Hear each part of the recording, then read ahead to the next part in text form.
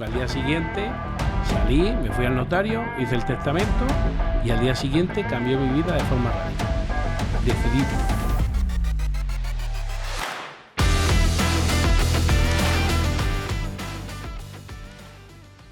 ¿Alguien que quiera arrancarse ahora un proyecto? Sí. Es decir, esto de que está todo inventado es absolutamente mentira. Es decir, va a haber más oportunidades que nunca. Es decir, y cada vez, conforme más evolucionamos, es decir, más disrupción hay, más oportunidades de disrupir hay, y esto está más fácil que nunca. Es decir, porque se van a crear miles de oportunidades de negocio nuevas, todos los días surge una nueva, con la tecnología, con la inteligencia artificial, con los nuevos desarrollos, con la globalización, las oportunidades son inmensas. Nunca ha sido tan fácil emprender un negocio y nunca ha sido tan fácil llegar a tanta gente como a día de hoy. Es decir, el ejemplo está en miraros vosotros, es decir, que tienes un pequeño estudio y que estás compitiendo con una televisión. Es decir, es que hoy en día un youtuber está compitiendo con una televisión, con los medios que tiene una televisión, ¿no? Es decir, y se están viendo ejemplos de emprendimiento que son brutales de cómo están rompiendo y disrumpiendo en los mercados. Gente con iniciativa, con ganas de hacer las cosas diferentes. Entonces, el consejo que yo le daría a alguien es que primero que busque un gran problema. Es decir, para los negocios, para sobrevivir sirven todos, ¿no? Y basta con hacerlo un poquito mejor que el de enfrente. Pero si quieres un negocio millonario, tienes que buscar un gran problema. Es decir, si quieres un negocio internacional, tienes que buscar un problema mundial. Es decir, y si quieres un negocio local, pues basta con que solucione un problema local, ¿no? El primero, que busques un gran problema, y el segundo es que creas una disrupción, ¿no? Una mejora, una gran solución a ese problema. Es decir, cuando ya identificas un gran problema, que tu propuesta de valor sea una solución a ese gran problema. Y a partir de ahí, que te rodees de los mejores, es decir, que te rodees de los mejores, que te vayas inmediatamente a hablar con los clientes para aprender de ellos. Es decir, cómo podría solucionarse, si la oferta que tú estás ofreciendo... O sea, producto mínimo viable. Un producto mínimo viable e inmediatamente llevárselo al cliente. El ahorro es fundamental. Es decir, no empezar a gastar dinero, que ese es uno de los errores más comunes que cometen los emprendedores cuando empiezan. Y sobre todo cuando comienzan y cuando cierran una ronda de inversión, que empiezan a gastar a destajo en todo lo que pillan, y es un error absoluto. Hay que ir hay que ser muy tacaño en el gasto, hay que ser muy austero en los recursos, y hay que montar los proyectos con el mínimo dinero posible, porque además así te vas a diluir menos. Es decir, cuanta más inversión necesitas, menos empresa te queda luego para ti, porque los inversores se van comiendo tus acciones. Entonces, y esos empresarios, como hacen dinero, es que montan una sociedad, montan el proyecto, vas conquistando mercados, vas haciendo cajas, buscas inversores, pero los inversores, a cambio de su inversión, te comen un pedazo de la participación o del proyecto, de las acciones, ¿no? Entonces, tu objetivo es llegar al final, es decir, a lograr el éxito, habiéndote diluido lo mínimo posible en tu accionariado, porque es ese el verdadero tangible que tú tienes, ¿no? El valor de tu emprendimiento es el paquete de acciones que te quedan, ¿no? Aparte de los sueldos que te paguen como directivo, ¿no? Los sueldos que pagan de directivos suelen ser austeros, entonces lo que te quedan son las acciones. Recomendación: identificar un gran problema, encontrar una gran solución, llevarla al mercado, conocer a los clientes, ver cómo la puedes mejorar, cómo la puedes integrar, y luego vender, y sobre todo el marketing y la comunicación. La publicidad, el marketing y la comunicación son la segunda gran pata de una empresa.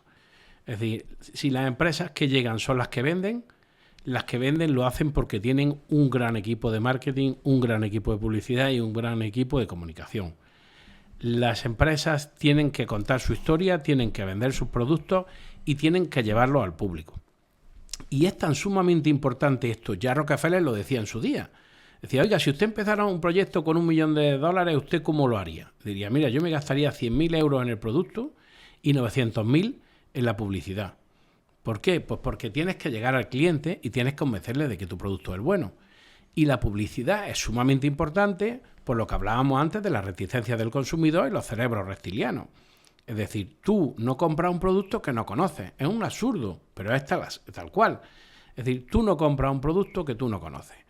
Por eso hoy Coca-Cola sigue gastando millones en publicidad, por eso la Ariel sigue gastando millones en publicidad, por eso los de la Colombia siguen gastando millones en publicidad. ¿Por qué? Porque necesitan estar constantemente en el cerebro del consumidor. Y si tú dejas de anunciarte hoy, que parecerá una tontería, pero es que tus hijos dejan de conocerte. Es decir, tú le preguntas hoy en día a un joven, oye, ¿tú sabes quién era, te digo yo, Julio Iglesias? Y dice, mire, pues yo ya no sé quién es, pues yo no lo escucho en la vida. Julio, un grande. Bueno, un grande y todo el mundo lo conoce. Pero si tú dejas de estar en los escenarios, dejan de verte. Y si dejas de estar en los estantes de un supermercado, dejan de comprarte. Es decir, al final es importantísimo esa parte. Es decir, la parte de las ventas, la parte del marketing, la comunicación y la publicidad. Yo haría ahí todo el hincapié posible, porque ahí, y sobre todo, tener el contacto con el cliente. Es decir, si tú tienes el contacto con el cliente, tienes la llave. ¿Y cómo afecta el miedo en el emprendimiento y en los negocios? Bueno, el miedo es que hay muchísima gente brillante que podría estar emprendiendo que no lo hace porque tiene miedo a lanzarse.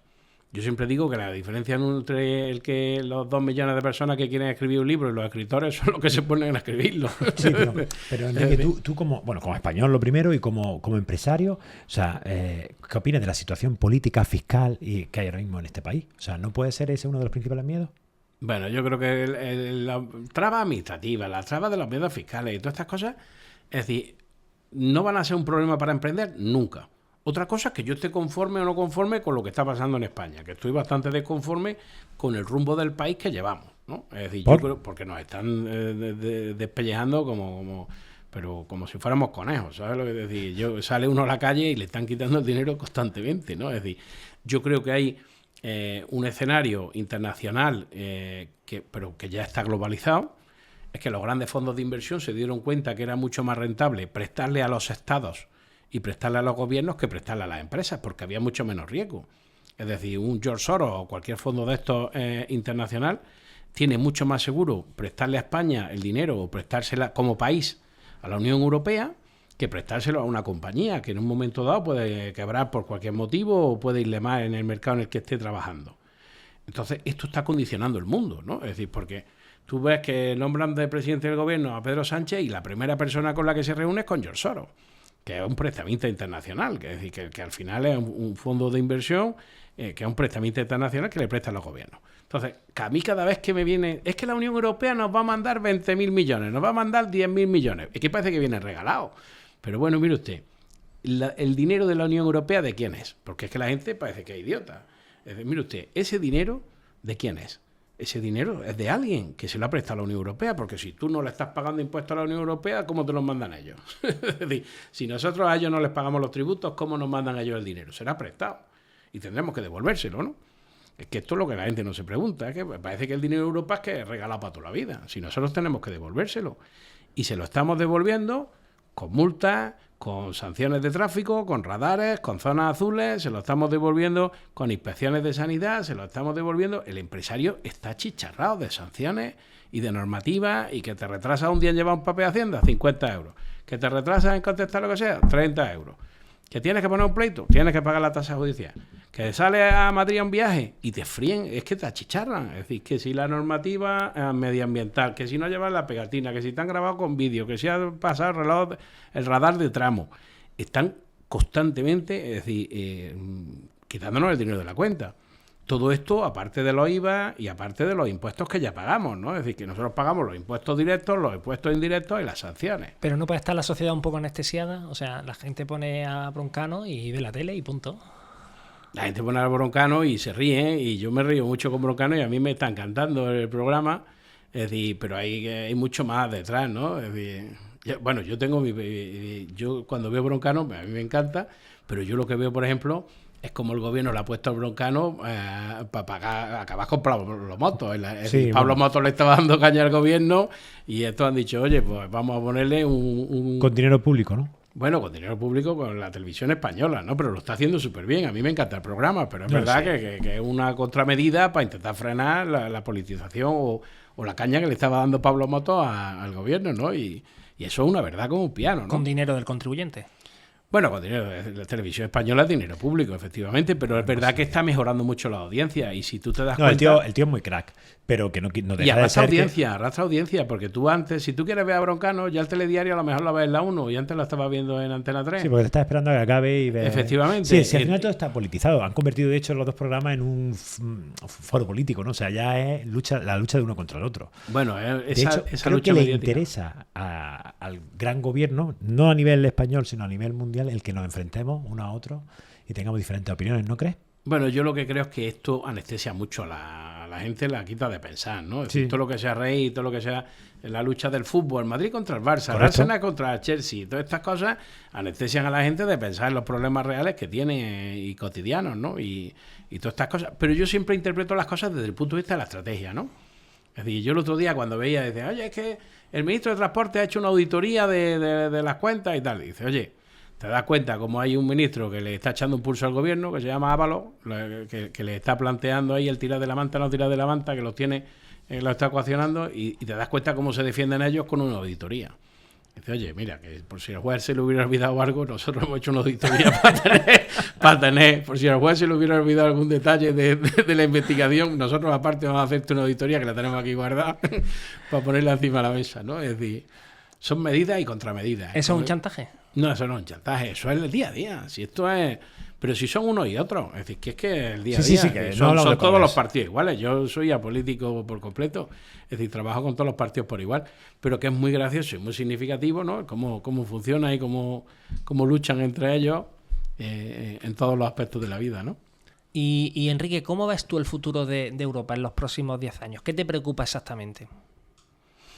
Bueno, yo, mira, en esta parte que yo trabajo siempre de la estrategia, es decir, yo siempre que he trabajado con los clientes hablo mucho de la estrategia y de la visión estratégica, y es de visualizar lo que va a acontecer en el futuro, ¿no? Yo siempre digo, pongo un ejemplo, a mis clientes les pongo un ejemplo muy claro. ¿Tú alguna vez has visto un partido de hockey sobre hielo? ¿Tú no te has dado cuenta que muchas veces el disco del hockey sobre hielo va hacia la derecha y los deportistas van siempre corriendo hacia el lado contrario?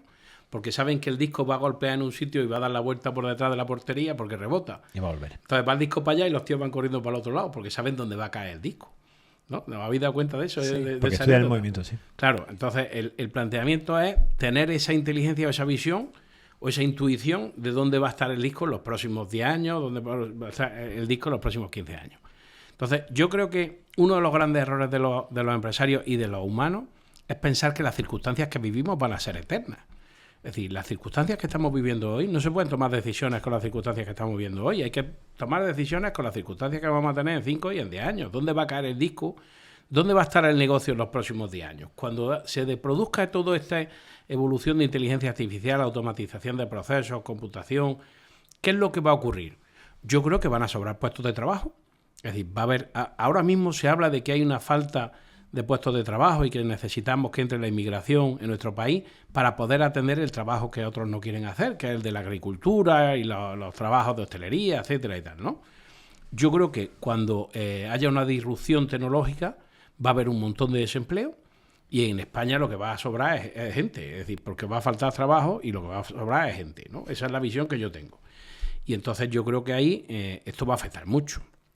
También veo que hay una Europa totalmente segmentada. Es decir, a mí me preocupa ahora mismo la guerra en Oriente Próximo, me preocupa muchísimo la guerra en Ucrania.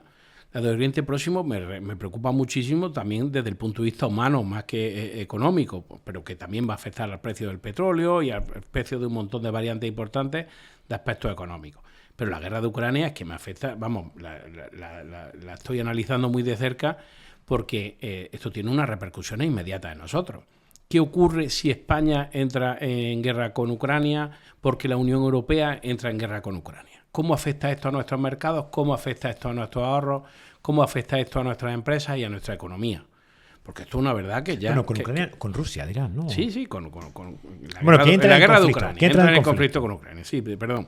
El planteamiento es, si tú te pones a analizar lo que ha ocurrido en las guerras precedentes... por ejemplo, yo ya lo tengo analizado, ¿no? En mis ratos libres lo que hago es estudiar estas cosas, ¿no? Oye, ¿van a caer las bolsas? Pues caerán las bolsas mundiales. Si la Unión Europea lleva un soldado al frente, van a caer las bolsas mundiales.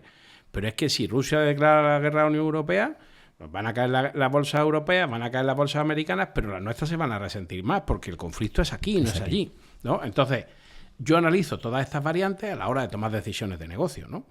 Y analizo el factor de la inmigración. Oye, la inmigración aquí es un choque cultural. Ahora mismo el mundo tiene 3 grandes frentes abiertos.